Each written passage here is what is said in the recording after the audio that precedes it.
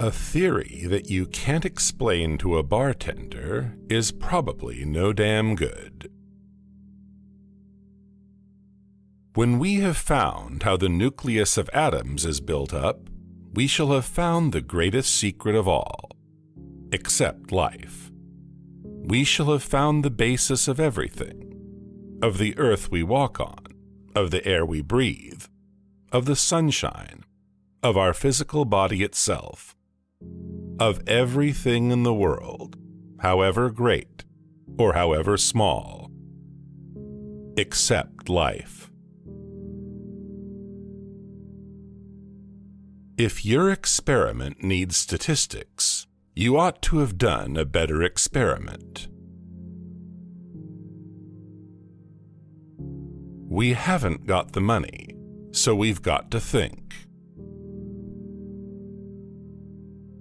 Every good laboratory consists of first-rate men working in great harmony to ensure the progress of science. But down at the end of the hall is an unsociable, wrong-headed fellow working on unprofitable lines, and in his hands lies the hope of discovery. That which is not measurable is not science. That which is not physics is stamp collecting. Now I know what the atom looks like. We are rather like children who must take a watch to pieces to see how it works. The more physics you have, the less engineering you need.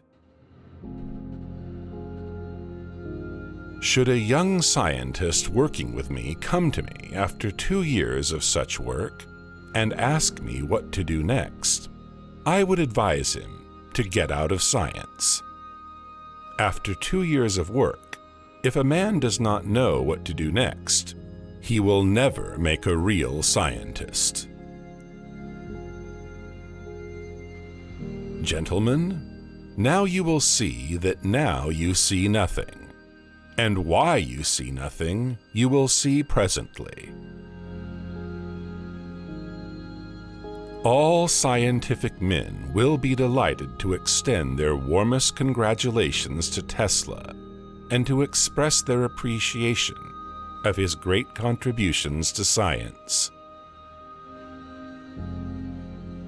I am a great believer in the simplicity of things, and as you probably know, I am inclined to hang on to broad and simple ideas, like grim death, until evidence is too strong for my tenacity. It is essential for men of science to take an interest in the administration of their own affairs, or else the professional civil servant will step in.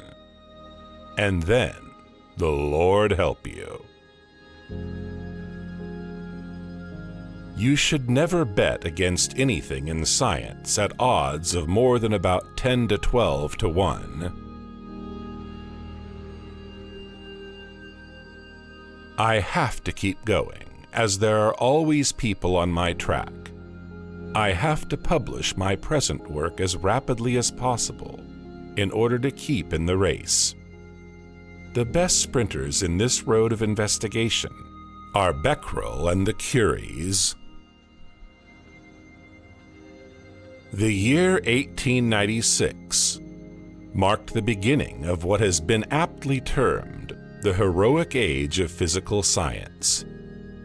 Never before in the history of physics has there been witnessed such a period of intense activity when discoveries of fundamental importance have followed one another with such bewildering rapidity.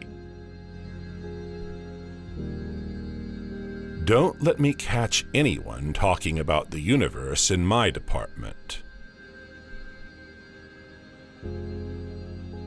Of all created comforts, God is the lender.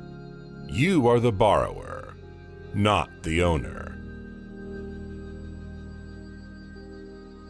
Radioactivity is shown to be accompanied by chemical changes in which new types of matter are being continually produced.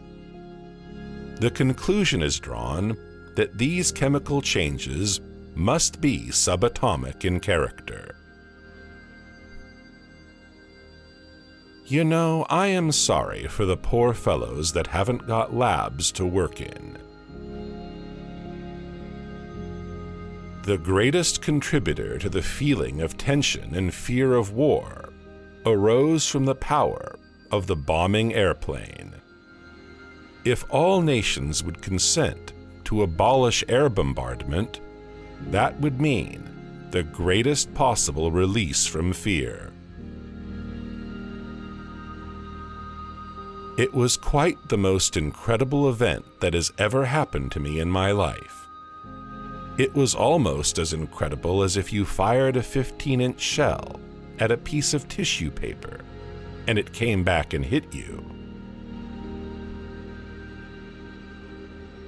I came into the room, which was half dark, and presently spotted Lord Kelvin in the audience, and realized that I was in for trouble at the last part of my speech, dealing with the age of the Earth, where my views conflicted with his. To my relief, Kelvin fell fast asleep, but as I came to the important point, I saw the old bird sit up, open an eye, and cock a baleful glance at me. Then a sudden inspiration came, and I said Lord Kelvin had limited the age of the Earth, provided no new source was discovered. The prophetic utterance refers to what we are now considering tonight, radium. Behold, the old boy beamed upon me. All of physics is either impossible or trivial. It is impossible until you understand it, and then it becomes trivial. I think a strong claim can be made that the process of scientific discovery may be regarded as a form of art. This is best seen in the theoretical aspects of physical science. The mathematical theorist builds up on certain assumptions and, according to well-understood logical rules, step by step, a stately edifice, while his imaginative power brings out clearly the hidden relations between its parts. A well-constructed theory is in some respects undoubtedly an artistic production. A fine example is the famous kinetic theory of Maxwell. The theory of relativity by Einstein, quite apart from any questions of its validity, cannot but be regarded as a magnificent work of art. If, as I have reason to believe, I have disintegrated the nucleus of the atom, this is of greater significance than the war. In the light of current research on atomic structure, the physicists have, I think, some justification for their faith that they are building on the solid rock of fact, and not, as we are often so solemnly warned by some of our scientific brethren, on the shifting sands of imaginative hypothesis. I've just finished reading some of my early papers, and you know, when I'd finished, I said to myself, "Rutherford, my boy, you used to be a damn clever fellow."